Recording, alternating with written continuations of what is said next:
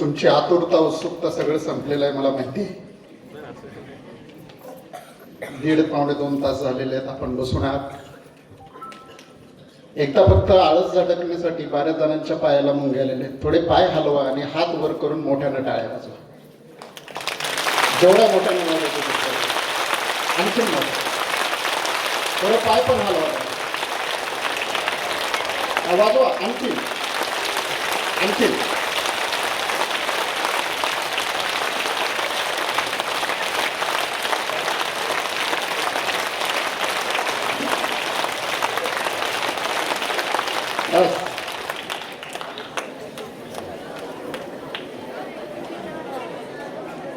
टाळ्या वाजवायला सांगण्याचं महत्वाचं कारण असं, आपण 4 पायांवर सुरुवातीला चालत होतो आणि नंतर आपण 2 पायांवरती आलो. आपल्या प्रगतीमधलं हे सगळ्यात महत्वाचं वैशिष्ट्य आहे की तुम्ही 2 पायांवरती चालायला लागल्यामुळं तुमचे 2 हात रिकामे झाले, आपल्या अंगठ्याची रचना बदलली आणि आपल्याला मूठ करता यायला लागली. आणि दगडाचं शस्त्र बनवण्यापासून ते मोबाईलच्या क्रांतीपर्यंतचा आपण प्रवास करू शकलो. याच्यामध्ये आपले हात रिकामे झाले, हा अत्यंत महत्वाचा भाग आहे. मगाशी मराठी शाळेचं गाणं झालं.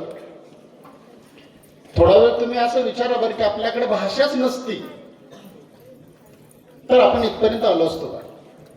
ज्या मुलांनी फार सुंदर भाषण केलं, आता एका 10वीच्या मुलांनी, तर वाघमारे सर सांगत होते की उत्स्फूर्त मला बोलायचं म्हणाला आणि खूप छान त्यांनी मांडणी केली. भाषा नसती तर आपण इथपर्यंत आलो असतो का? तर निश्चितच आलो नसतो.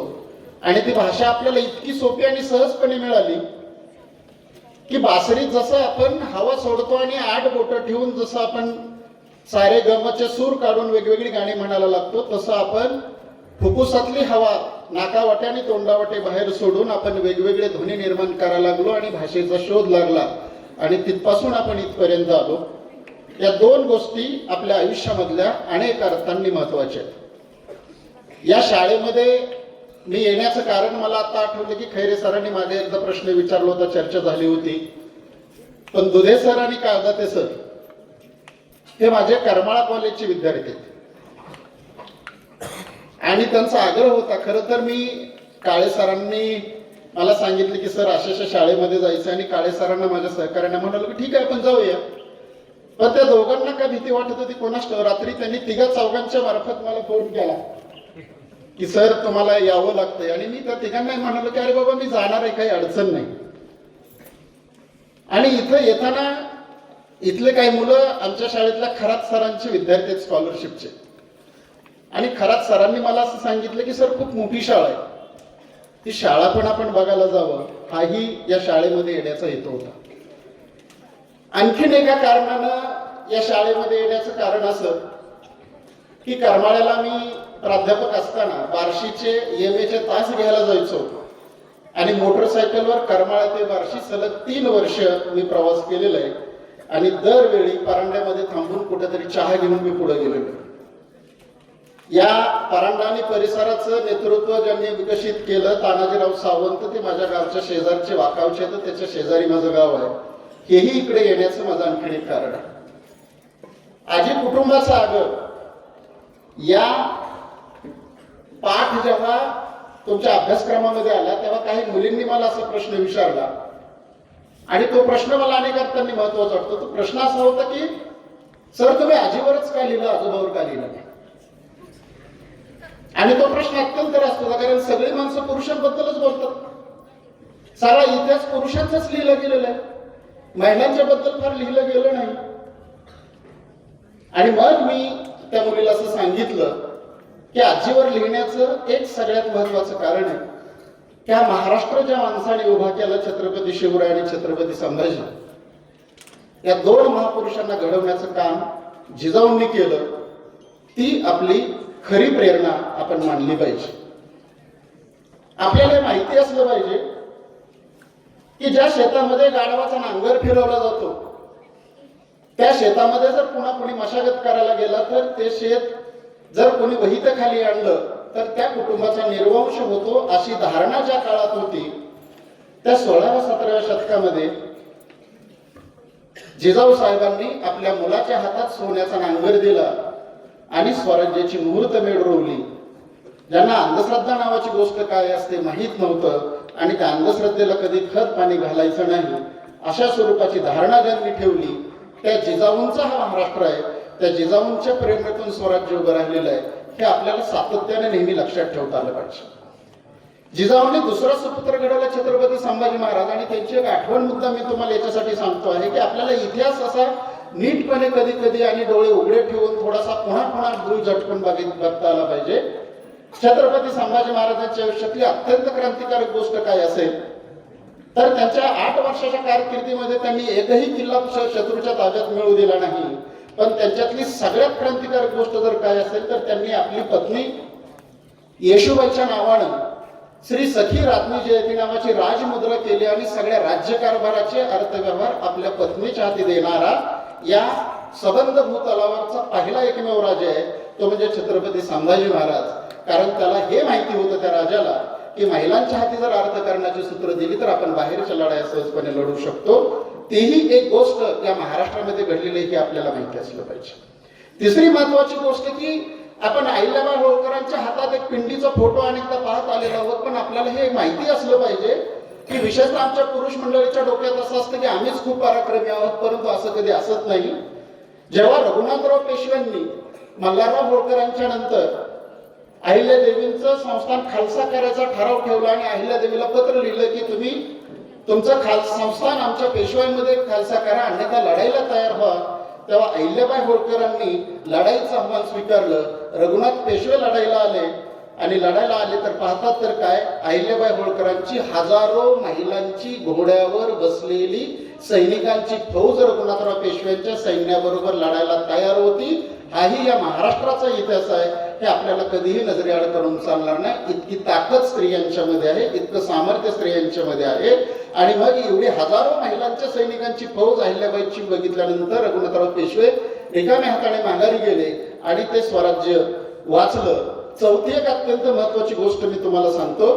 ती गोष्ट या अर्थाने महत्वाची आहे की जेव्हा तारा राणीनं कोल्हापूरचं संस्थान ताब्यात घेतलं आणि संस्थान ताब्यात घेतल्यानंतर त्यांना मोहिमेवरती जाताना त्यांनी त्यांच्या दरबारात असणाऱ्या एका ब्राह्मण कारभाराला बोलवलं आणि त्यांना सांगितलं की आम्ही मोहिमेवरती जाणार आहोत आणि राज्य कारभार तुम्ही चालवावा. तेव्हा ते ब्राह्मण कारभारी म्हणले की मला शक्य नाही. तेव्हा तारा राणीनं 5 जातीतल्या 5 स्त्रिया निवडल्या आणि त्या 5 स्त्रियांच्यावर कोल्हापूर संस्थानचं राजकारण सोपवून त्या स्वराज्याच्या मोहिमेवरती गेल्या होत्या. हा तुमच्या महाराष्ट्राचा इतिहास आहे आणि आजीला माझ्या कादंबरीमध्ये स्थान देण्याचं हे महत्वाचं कारण आहे की छत्रपती शिवरायांच्या स्वराज्यापासून तुमच्या कुटुंबाच्या उभारणीपर्यंत पुरुषाच्या इतकंच नव्हे तर काकणभर जास्त स्त्रियांचं योगदान जास्त असतं आणि ते योगदान लक्षात यावं म्हणून मी त्या कादंबरीमध्ये आजीला केंद्रस्थान दिलं. हा एक महत्वाचा भाग. दुसरा एक आणखी महत्वाचा भाग काय आहे, तुम्हाला कदाचित या लहान मुलांना माहिती असणार नाही, पण मी जर गावाकडे चाललो, समजा 2 जणच आम्ही चाललेलो आहोत आणि अचानक दोघांचे 4 झाले तर मला गावाकडे आईला फोन करताना काहीच वाटत नाही. आणि मग मी आईला सहज फोन करतो की आई अगं आम्ही 2 जण येणार होतो पण 4 जण येणार आहोत, स्वयंपाक कर. पण मी इथं बसलेल्या मंचावरच्या माणसांना विचारतो किंवा समोर असणाऱ्या लग्न झालेल्या मंडळींना विचारतो, हाच फोन आपण आपल्या बायकोला करू शकतो का? नाही करू शकत. म्हणजे जो मुलगा आईला सन्मानानं सांगतो की दोघांऐवजी 4 स्वयंपाक कर, तोच मुलगा आपल्या बायकोला नाही फोन करू शकत की दोघांच्या ऐवजी 4 स्वयंपाक कर. मी अनेक मित्र असे पाहिलेले की त्याची बायको जर नोकरी करते आहे तर हळूच किचन मध्ये जाऊन तो सांगतो की एक अर्धा कप चहा टाक, मित्र आलेले. आणि तेच मित्र असे पण पाहिलेले की बायको घरात नसताना जर त्याचे मित्र आले तर चला आपण मिळून जेवण करूया, असे समजून घेणारे पण मित्र मी पाहिलेले आहेत. आणि मग मला प्रश्न पडला की अरे हाच का खेड्यातला महाराष्ट्र की ज्या खेड्यातल्या माणसांनी माझ्यासाठी आयुष्यभर कष्टा खाल्ल्या, आयुष्यभर गटाडं काढली, माझं शिक्षण उभं राहण्यासाठी माझ्या मोठ्या भावाला, माझ्या लहान भावाला, माझ्या चुलत्याला, माझ्या पुतण्याला शाळा सोडून माझ्यासाठी खर्ची पडावं लागलं आणि तोच माणूस जेव्हा नोकरीमध्ये शहराच्या निमित्तानं शहरामध्ये आला, त्याचं काय नेमकं झालं मला कळत नाही. आणि आज पण तो प्रश्न मला सतत सतावतो आहे की खेड्यातनं शहरात आला आणि तो माणूस इतका शहराचा होऊन जातो की गावाकडची माणसं त्याला नकोशी वाटतात, गावाकडचे नातेसंबंध त्याला नकोशे वाटतात. पण तुम्हाला हेही कदाचित माहिती असेल नसेल म्हणून सांगतो की माणूस जेव्हा मरणाच्या टोकावरती टेकलेला असतो तेव्हा तो माणूस अंतिमतः दोन इच्छा व्यक्त करतो. एक इच्छा असते की माझ्या मांडीवरती नातू खेळायला तयार मांडीवरती नातू खेळायला आला की मी मरायला तयार आहे.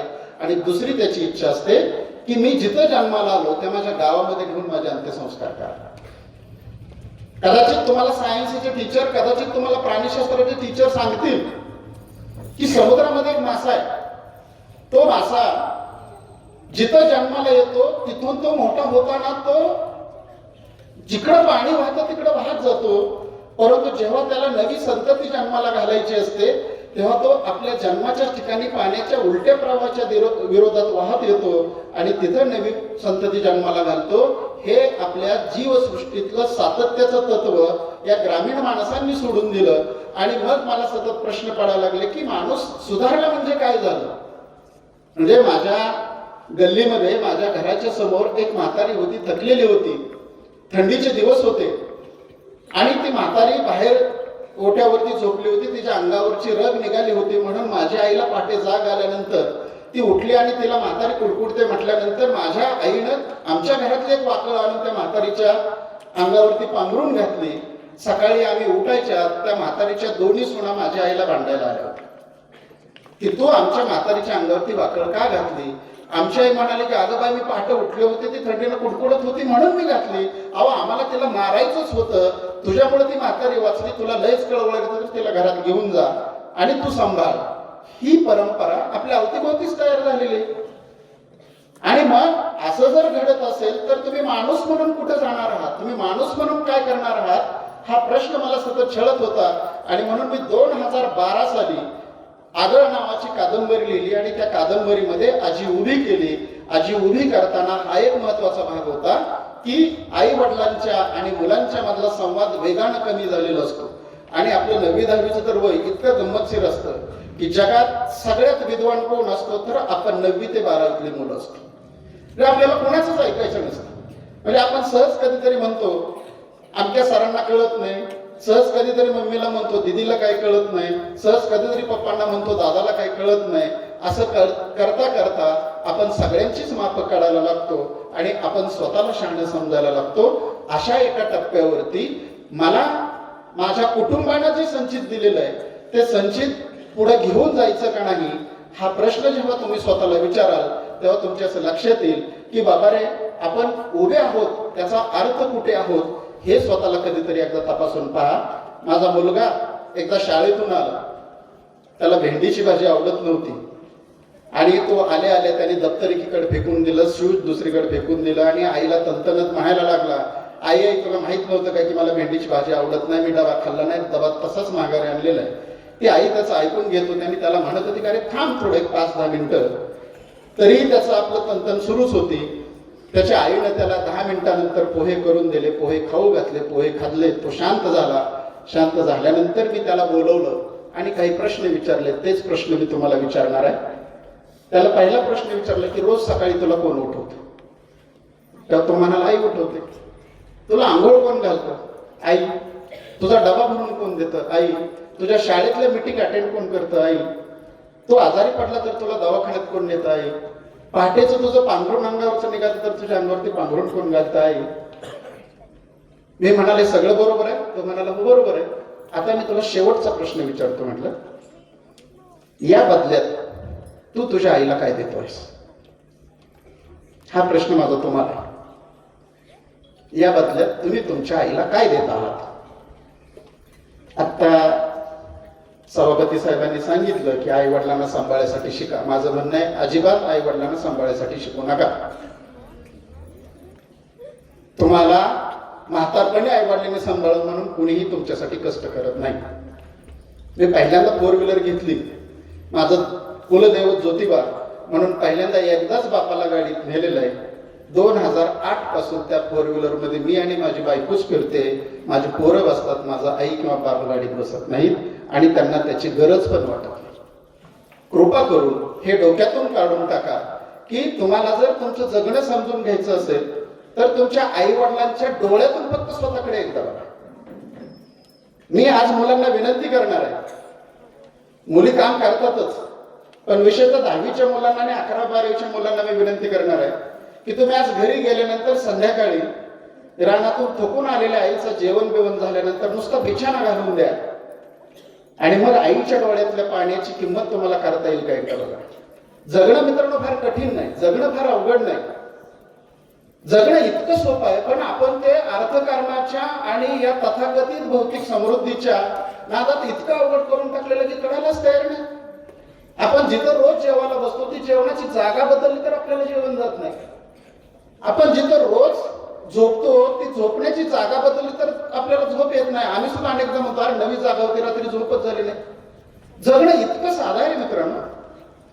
एका गावाच्या बाहेर सकाळ सकाळ एका वस्तीवरची गंज पेटलेली असते आणि मग ती गंज पेटलेली गावातल्या बाहेर निघालेली माणसं आपली तांबे घेऊन निघालेली बघतात तर एक बाजूच्या वस्तीवरती गंज पेटलेली माणसं आपली पळत तिकडे जातात तर एक कडब्याची मोठी गंज पेटलेली आहे. माणसं आपलं तांबे तिथंच टाकतात आणि विहिरीतनं घागरीनं बादलीनं पाणी आणून ते गंज विझवत असतात. एका म्हातारीच्या लक्षात येते की अरे ते आपल्या मैत्रिणीचीच वस्ती आहे आणि मग ती बिचारी काठी टेकत त्या वस्तीवरती जाते, बघते तर गंज पेटलेली आहे. त्या म्हातारीची ती मैत्रीण वस्तीवरची मानेला हिसका देऊन इकडून पाणी मारा असं सांगत असते. तिच्या 2 मिनिटांनी लक्षात येतं की मानेला काय हिसके देते, तेव्हा ती म्हातारी मानेला हिसके देणाऱ्या मैत्रिणीला म्हणते आणि आता का दोडा म्हणली तो केव्हा झोप केलं. तेव्हा ती म्हातारी असं म्हणाली, अगं अवदसा, हा प्रश्न जर काल विचारला असता तर मला गंज पेटवून देण्याची वेळ आज आली नसती. मित्रांनो, माणूस पैशांनी कधी मोठा होत नाही. माणूस पैशांनी कधी मोठा होत नाही. तुम्ही इथं बसणाऱ्या सगळ्या मॅडमला कधीतरी विचारा, तुम्ही 10,000ची साडी घातली आणि तुम्हाला कोणीच नाही विचारलं तर दुसऱ्या दिवशी तुम्ही ती साडी घालाल का? नाही, बरोबर आहे. किंमत मग 10,000 रुपये नाही का 10,000ची साडी मॅडम तुम्हाला छान दिसते असं म्हणणाऱ्या एखाद्या विद्यार्थ्याला का विद्यार्थिनीला आपल्याला नाही कळलं रे. जगणं इतकं सोपं आहे पण आपण ते इतकं अवघड केलेलं आहे की जगण्याच्या लढाई, मला डॉक्टर व्हायचंय, मला इंजिनियर व्हायचंय, मला अमुक व्हायचंय, जायचंय कुठे आपल्याला. आणि म्हणून मग त्या कादंबरीतली म्हातारी, त्या तुमच्या पाठातली म्हातारी काय करते लक्षात घ्या. सुनांना स्वयंपाक करायला सांगते आणि जेवायला मात्र ती स्वतः वाढायला आधी पुढाकार घेते. का करते आहे तर एका अर्थानं आजी तुमच्या घरात लोकशाहीचं वातावरण तयार करते आहे. आता जसं सभापती साहेब म्हणाले की राजकारणात येऊ नका, आणि गोष्ट खरीच आहे की राजकारण आता भल्याचं आणि चांगल्याचं राहिलं नाही. पण तुमचं कुटुंब जर नीटपणे उभं राहायचं असेल तर आजी याच्यासाठी काळजी घेते आहे की ज्या माऊलीनं स्वयंपाक बनवलेला आहे त्या माऊलीनं जी भाजी बनवलेली आहे ती भाजी जर तिच्या स्वतःच्या मुलाला आवडत असेल आणि ती भाजी जर आवडते म्हणून जर तिनं जेवायला वाढताना आपल्या जावेच्या मुलापेक्षा जर स्वतःच्या मुलाला जास्त वाढली तर घरामध्ये उभी फूट पडायला वेळ लागणार नाही. म्हणून म्हातारी सगळ्यांना तिकडं स्वयंपाक करायला लावते पण जेवायला वाढताना मात्र स्वतः समोर बसते आणि सगळ्या नातवांना जेवायला घालते. हे एका अर्थानं लोकशाहीच्या समृद्धीचं आणि समतेचं तत्व ती म्हातारी तुमच्या घरामध्ये पेरते आहे. हे आपल्याला कधी लक्षात आलं नाही. तुम्हाला कदाचित हे माहिती नाही पण आमच्या जुन्या माणसांना माहिती आहे की घरातला कारभारी जरी असला तरी तो कपडे आणायला गेला की एकाच ताग्यातले कपडे, आणि मग ती एकाच ताग्यातली कपडे का घ्यायची त्याचं पण कारण सांगतो. मागच्या वर्षी मी माझ्या एका मित्राबरोबर कपडे खरेदीला दिवाळीला गेलो. त्याने स्वतःच्या मुलाला एक 2-2.5 हजारापासून पुढची कपडे काढली आणि नंतर तो म्हणाला की जरा 1000ची आतले ड्रेस दाखवा. मला एक कळेना. मी त्याला म्हणालो की अरे कोणासाठी घ्यायचे? नाही म्हणला माझ्या पुतण्याला घ्यायचे. तो पुतण्या गावाकडेच असतो, त्याला काय कपड्यांची चव असणार आहे, त्याला काय कपड्यांची वज असणार आहे, आपली 500-700 रुपयापर्यंतची घेऊन टाकूया. आणि मग मला प्रश्न पडला की तोच पुतण्या आहे की ज्या पुतण्याच्या बापानं याच्या शिक्षणासाठी शाळा सोडली आणि गावाकडे शर्ट राखून त्याला पैसे दिले, त्या पुतण्याच्या पोराला कपड्याची वज नाही म्हणून 700 रुपयाची कपडे घेणारा माझा मित्र आणि स्वतःच्या पोराला 2000 रुपयापेक्षा पुढची कपडे घेणारा माझा मित्र, तो मित्र अधिक शहाणा की गावाकडे शर्ट राखून आपलं आयुष्य गोरा महाराज मागे घालणारा त्याचा भाऊ शहाणा, हे मला कळालेलं नाही. आणि म्हणून मित्रांनो, शिक्षणानं माणूस शहाणा होतो असं अजिबात मानू नका. शिक्षणानं माणूस साक्षर होतो आणि ती साक्षरता तुम्हाला शहाणपणामध्ये जर ट्रान्सफर करायची असेल तर तुम्हाला काही गोष्टी तुमच्या घरापासूनच नीट शिकाव्या लागतील. आपण अलीकडे म्हणतोय की आमच्या पुढे आदर्श राहिले नाही. आदर्श हुडकायला कशाला बाहेर जायला पाहिजे? म्हणजे तुमचा बाप जर रोज संध्याकाळी रानात जात असेल आणि रानात गेल्यानंतर जर संध्याकाळी आल्यानंतर दूध घालत असेल तर दूध घालायला आलेल्या बापाच्या हातातली कधीतरी किटली घ्या आणि त्याला म्हणा की बाबा आज मी दूध घालून येतो. तो बाप तुम्हाला आदर्श वाटल्याशिवाय राहणार नाही. बाप धार काढत असेल तर कधीतरी धारेचं वासरू आकडण्यासाठी बापाकडे जा, त्यावेळेस बापाला कळेल की आपलं पोरग खरंच शहाणं झालं. मराठीमध्ये एक म्हण आहे की पोराची चप्पल बापाच्या पायाला आले की बापाने पोरावरती हात उचलायचा नसतो. याचा अर्थ असा असतो की पोरग आपल्या सोबतीला आपल्या उंचीला आलेला आहे, आपल्या एवढं मोठं झालेलं आहे आणि मग त्या पोरावरती हात उचलायचा नाही. ही धारणा ज्या कुटुंबातून येते त्या कुटुंबातूनच सगळे तुम्ही आम्ही आलेलो होतो. आणि तरी आपल्याकडं म्हणजे तुम्ही बघा ना, आज भारतामध्ये आत्महत्या कोण करतंय? कोण आत्महत्या करते? शेतकरीच फक्त, बरोबर. स्टँडवरती भीक मागणारा, आंधळा पांगळा लोळा असणारा माणूस पण आत्महत्या करत नाही. ते लक्षात घ्या. स्टँडवरती भीक मागणारा माणूस सुद्धा आत्महत्या करत नाही. आम्ही कादर खान आणि शक्ती कपूर आमच्या काळातले 2 जुने विलन होते. त्यांचा एक सिनेमा आहे, त्याचं उदाहरण मी मुद्दाम तुम्हाला आपल्या समोर ठेवतो याच्यासाठी की आपल्याला कळालं पाहिजे आपण कोण आहोत आणि आपल्याला कुठं जायचंय. त्या आमिर खानला 2 हात नसतात आणि शक्ती कपूरला 1 हात नसतो.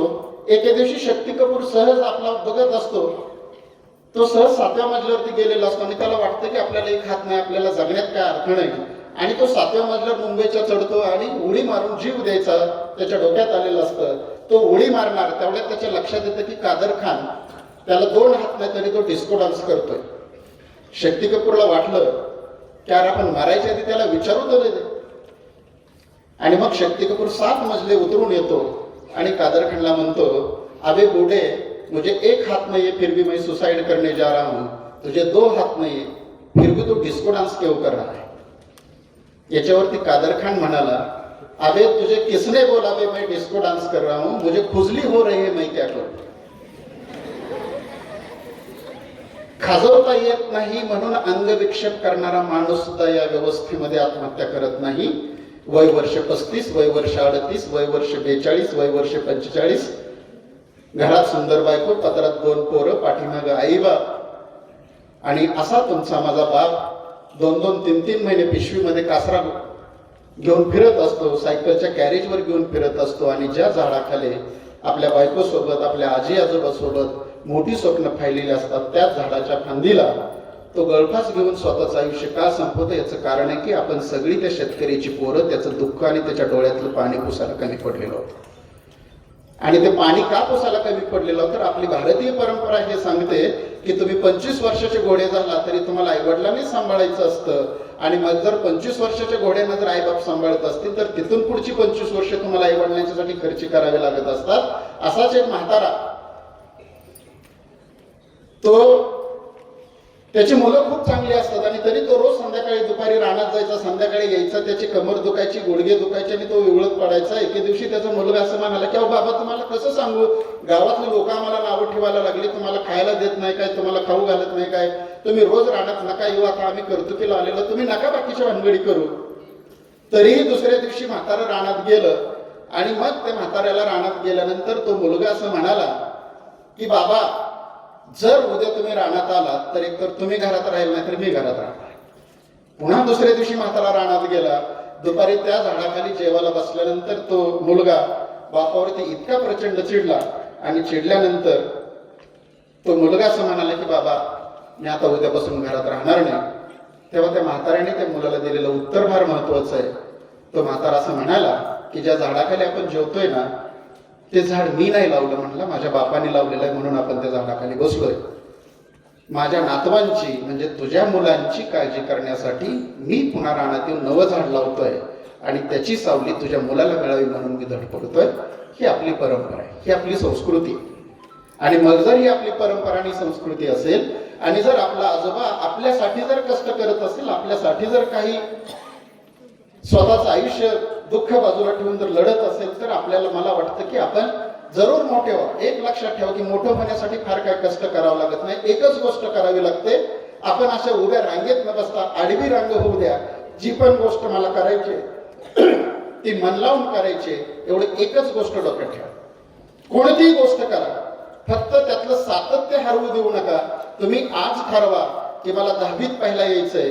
यस, मी 10वीत पहिला येऊ शकतो. 5वीत असताना माझी आई वारली. 5वीत असताना आई वारली आणि 7वी 8वी पासूनच सगळं शिक्षण मी टेलरिंग करून घेतलं. मी कुरडवाडी टेलरिंग केलं, मी माढ्यामध्ये टेलरिंग केलं, मी कोल्हापूरला टेलरिंग केलं. आणि आई वारल्यानंतर माझ्या लक्षात आलं की अरे आपली आई गेल्यानंतर आपले चुलते घरातून वेगळे राहिले, कारण आमच्या भावंडांना आम्हाला भाकरी खाव्या घावा लागतील म्हणून. आणि तेव्हा ठरवलं होतं की जर आपले अश्रू पुसायला जर कोणी येणार नसेल तर आपले अश्रू आपणच स्वतः पुसायला हवेत. आणि 10वी नंतर ठरवलं की इथून पुढचं शिक्षण आपण अत्यंत सन्मानाने घ्यायचं. आणि तुम्हाला सांगायला हरकत नाही, हा गर्व नाही, हा इगो नाही. 12वीला कुरडवाडी केंद्रात पहिला आलो आणि FY BA पासून MA पर्यंत सलग 5 वर्ष शिवाजी विद्यापीठामध्ये पहिल्या क्रमांकाने उत्तीर्ण झालेला हा महेंद्र कदम तुमच्या समोर उभा आहे. हे ठरवलं मी. माझा बाप शेतकरी. कदाचित तुम्हाला खोटं वाटेल, परंतु 10वीला जी उन्हाळ्याच्या अभ्यासाची सुट्टी असते पूर्व परीक्षा झाल्यानंतर, 1988 सालची गोष्ट आहे. सभापती महोदयांना माहिती असेल की त्या वर्षी प्रचंड पाऊस पडला होता. आमच्याकडे ज्वाऱ्या खूप चांगल्या पिकल्या होत्या. ज्वारी काढायला कोणीच नव्हता. आम्ही सगळी ज्वारीची पिकं काढायला रानात जात होतो. आणि आमची चूल बंद पडल्यानंतर आमच्या म्हाताऱ्याने मला सांगितलं की बाबा रे, आपली चूल बंद पडलेली आहे, तुला कडबा विकायला बार्शीला जावं लागेल. वय वर्ष 16. वडशिंगे ते बार्शी 37 किलोमीटरचं अंतर. त्या काळात कडबा विकायला मी बार्शीला कडब्याचा हेल घेऊन बैलगाडी घेऊन आलो होतो. जाताना माणसं सोबत होती, परंतु बार्शी तिकडे चित्रा थिएटरकडे कोणीकडे तरी त्या गाडीचे सौदे झाले. कुठल्या शेतकऱ्यानं कुठल्या माणसानं बैल कडबा खरेदी केला होता माहिती नाही. त्याच्या घरी कडबा उतरायला गेलो, तोपर्यंत बाकीच्या गाडीवाल्यांची माझी चुकामुक झाली.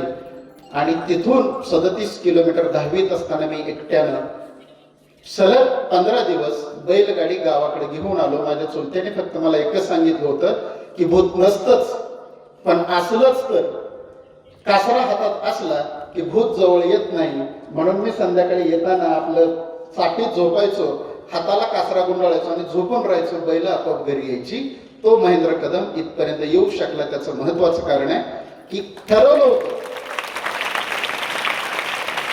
आपण प्राध्यापकच व्हायचं. मला तुम्हाला कदाचित या गोष्टी खोट्या वाटतील. 4 वाजलेले आहेत, खैरे सरांचा टाइम संपलेला आहे, पण तरी मी 5-10 मिनिटं याच्यासाठी घेतो की पुन्हा मला इतकी चांगली मुलं ऐकायला भेटतील याची खात्री नाही. काय ठरवलं होतं तुम्हाला खरंच सांगतो की आयुष्य मित्रांनो इतकं सुंदर आहे. 10वीला 65 रुपये परीक्षा फी होती. मला ते 65 रुपये भरायला नव्हता. आणि मी गावातल्या गणपती मंडळाचा, बाल गणेश मंडळाचा अध्यक्ष होतो. आणि आमच्याकडे शिल्लक राहिलेली गणपतीची वर्गणी आम्ही गावातल्या सेक्रेटरीच्या खात्यावरती ठेवली होती. मी आणि माझे वडील त्या सेक्रेटरीकडे गेलो आणि त्याला सांगितलं की मला परीक्षा फी भरायला पैसे नाही, मला त्यातले 65 रुपये दिले तर बरं होईल, मी उन्हाळ्यात काम करून ते पैसे परत फेडेन. गणपतीच्या वर्गणीच्या पैशाची मी 10वीचा परीक्षा फॉर्म भरला आणि 10वीच्या उन्हाळ्याच्या सुट्टीमध्ये स्मशानभूमीतला मुरुम काढून एक जणाच्या घरात भरण्याचं काम केलं आणि ते 65 रुपये परत दिले. 10वी नंतर फक्त 90 रुपये DED साठीची फी होती. किती? 90 रुपये. ते 90 रुपये भरायला नव्हते. त्या दिवशी मी ठरवलं की आपल्याला मास्तर व्हायचंच नाही, आपण प्राध्यापक व्हायचं. मी DED ला गेलो नाही. विद्यापीठात पहिला आलो. 3,500 रुपये फक्त BED ला फी होती.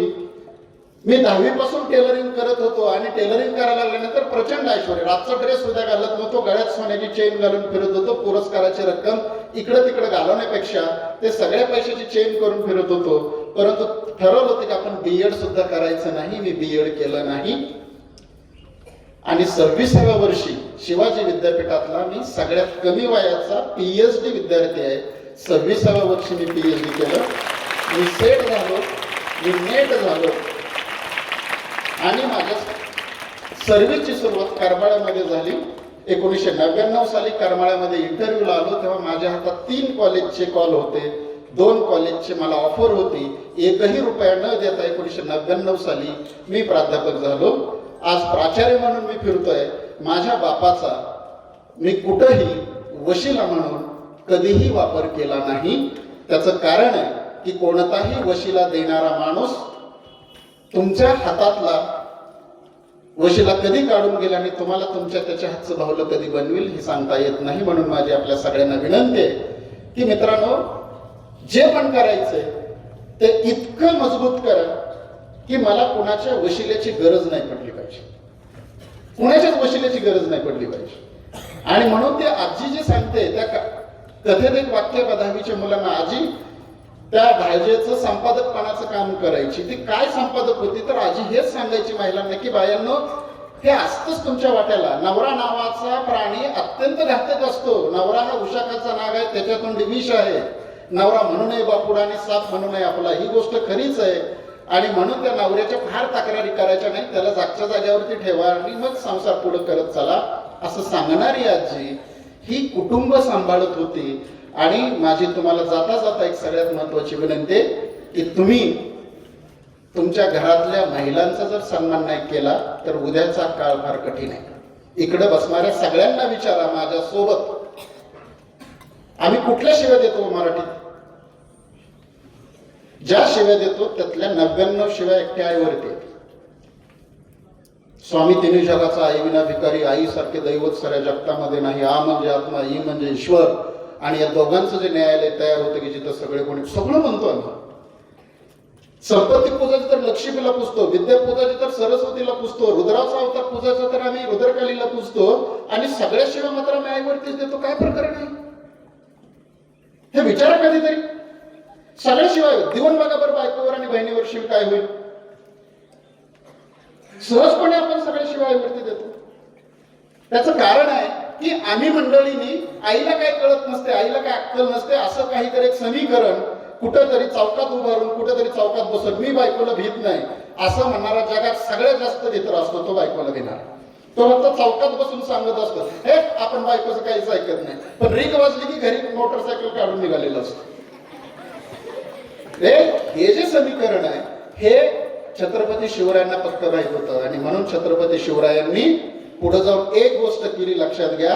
छत्रपती शहाजीराजांच्या निधनानंतर जिजाऊ सती चालल्या होत्या, त्या सती जाण्यापासून वाचवण्याचं काम छत्रपती शिवरायांनी काय केलं तर जिजाऊंनी त्यांना विज्ञानाचे धडे दिले होते, जिजाऊंनी त्यांना आधुनिक शिवराय घडवलं होतं. आणि म्हणून सती जाण्यापासून त्यांना थांबवण्याचं काम शिवराय का करू शकले तर त्यांच्या पाठीमागे खंबीरपणे जिजाऊ उभ्या होत्या. माझ्या घराघरातल्या मातांना मला सन्मान देता आला पाहिजे. आता खैरे सरांनी म्हणाले की स्त्रियांचं चारित्र्य हे काचेचं भांड आहे आणि तुमचा काय दगड आहे काय? हे कोणी सांगितलं स्त्रियांचं भांड काचेचं आहे? कोणी सांगितलं सांगा ना मला. आणि कोण खराब करतं? आम्ही जर सगळे हे उंडगी माणसं जर स्त्रियाचं चारित्र्य खराब करणार असू तर आम्ही पण त्याला तितके जबाबदार आहे हे आम्हाला सांगण्याची गरज आहे, आम्हाला गरज आहे. हे आपल्याला लक्षातच यायला तयार नाही. रोडगे सर मुद्दाम सांगतो मी, कधीतरी ह्या गोष्टींचा नीट विचार केला पाहिजे. टेंभुर्णीमध्ये एक महिलांचा मेळावा बसला आणि तुम्ही खूप चांगली गोष्ट करताय की पालकांचा मेळावा स्वतंत्र, माता पालकांचा मेळावा स्वतंत्र घेताय. खरं तर त्याच्याबद्दल 2 तास बोलता येईल, परंतु आता मुलांनाच ते माहिती आहे त्याच्यामुळे मी त्याच्याबद्दल बोलत नाही. आणि मग त्या पोलीस स्टेशनच्या महिला मेळाव्याच्या कार्यक्रमामध्ये महिला दिनाच्या आमच्या PI साहेब आल्याने असं म्हणाले बोलत बोलत की माता पालक मला तुम्हाला सगळ्यांना एक विनंती करायची आहे की अलीकडे मुली पळून जाण्याचं प्रमाण फार वाढलेलं आणि तुम्ही मुलींच्यावर लक्ष द्या. मी बोलायला उभा राहिल्यानंतर त्यांना म्हणालो साहेब तुम्ही म्हणाला ते खरं आहे, मुलगीच कशी काय पळून जाते, पोरगं पळून जात नाही. का मुलगी एकटीच पळून जाते? का मला लाज वाटत नाही माझा पोरगा पळून गेल्याची, मुलगीच पळून गेल्याची मला लाज का वाटते? हे प्रश्न आपण सतत विचारले पाहिजेत स्वतः. एक लक्षात घ्या, तुमचा उद्याचा भारत जर उभा करायचा असेल ना, तर तुम्हाला शिक्षण व्यवस्थेनं हे दिलं नाही, शिक्षण व्यवस्थेनं हे सतत प्रश्न विचारायचं भान तुम्हाला दिलं पाहिजे. असं का? म्हणजे मुलगी पळून जाते तर मुलगा पण पळून गेलेला आहे, मुलीच्या आईवडिलांना जितकी लाज वाटते त्याच्या 10 पट लाज माझ्या मुलानं मूर्खपणा केलेला आहे, माझा मुलगा मुलीला पळवून घेऊन गेलेला आहे, याची लाज जोपर्यंत आई बापाला वाटणार नाही मुलाच्या, तोपर्यंत मुलं मुली पळून जाण्याचं प्रमाण वाढणार नाही. आणि ते प्रमाण वाढण्याचं पुन्हा दुसरं महत्वाचं कारण सांगतो. माझ्या सगळ्या पालकांना सुद्धा विनंती आहे की तुम्ही 10वीच्या नंतर तुमच्या मुलांचे तुम्ही मित्र बना.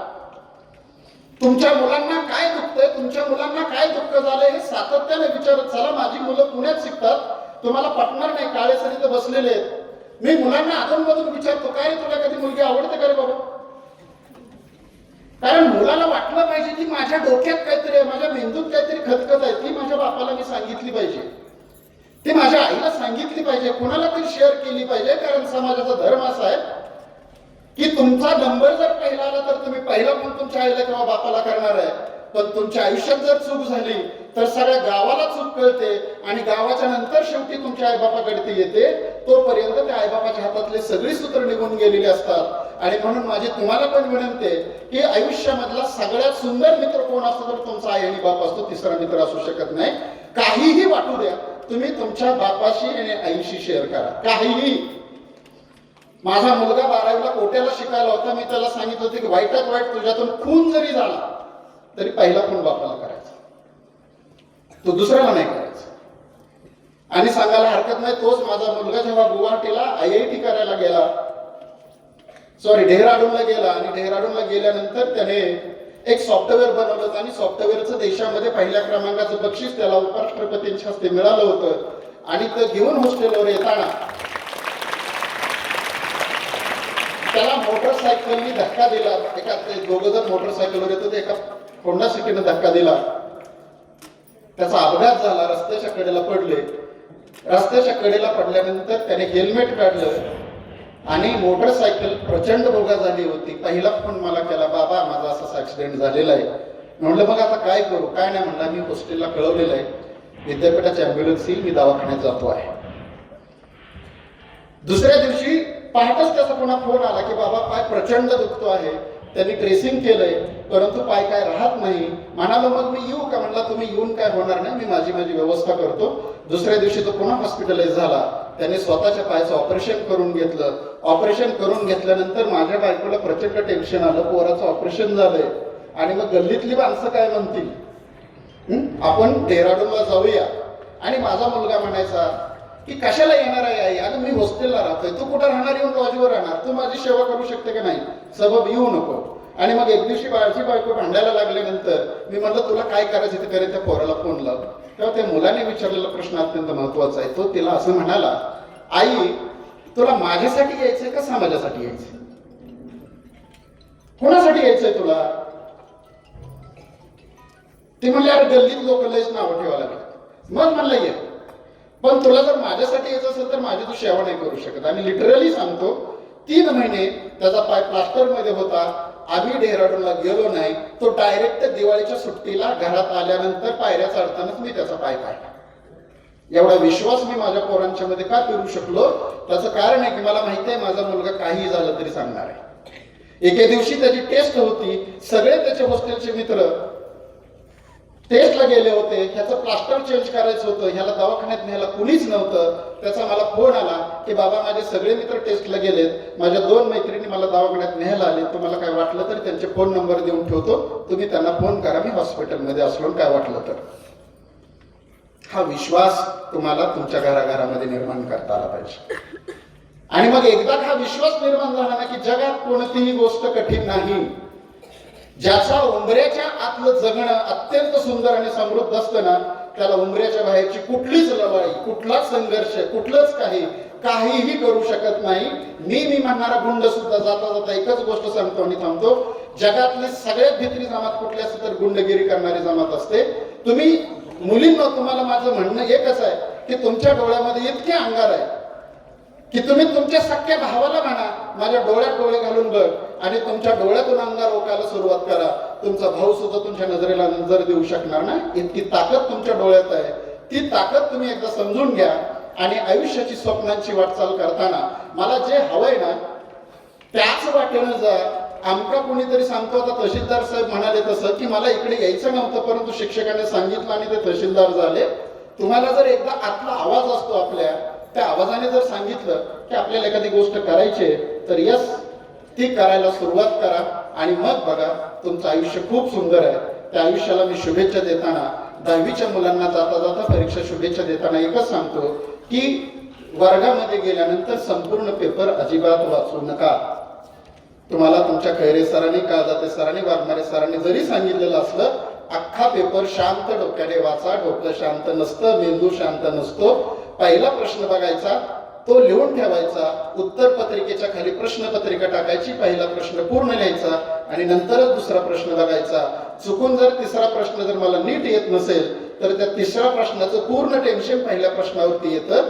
ते तुम्ही टाळण्यासाठी मी तुम्हाला आज सांगतो की प्रश्नपत्रिका वाचू नका. अवघड गेला म्हणून तुम्ही टाकून येणार आहे का? नाही येणार. तुम्ही पेपर लिहिणारच आहात. आणि दुसरी सगळ्यात महत्वाची सूचना की 3 तासच वेळ असतो किंवा 2.5 तासच वेळ असतो. त्या वेळेच्या मिनिटांचं गणित तुम्ही घाला.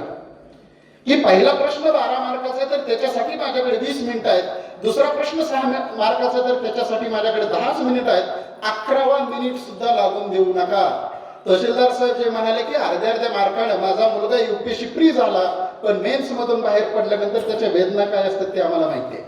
आणि म्हणून ते 2-2.5 तासांचं मिनिटांचं कॅल्क्युलेशन तुम्ही घाला आणि मग सांगा की आयुष्यामध्ये कोणतंच यश अवघड नसतं मित्रांनो. फक्त त्याच्यासाठी बाय हार्टली तना मनानं तुम्हाला त्याच्यामध्ये उतरता यावं लागतं. त्याच्यासाठी मी तुम्हाला मनपूर्वक शुभेच्छा देतो आणि थांबतो. धन्यवाद.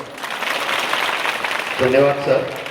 आपल्या अमोघ वाणीतून आमच्या विद्यार्थ्यांना अतिशय साध्या आणि सोप्या भाषेमध्ये जे मार्गदर्शन केलं त्याबद्दल विद्यार्थ्यांच्या वतीनं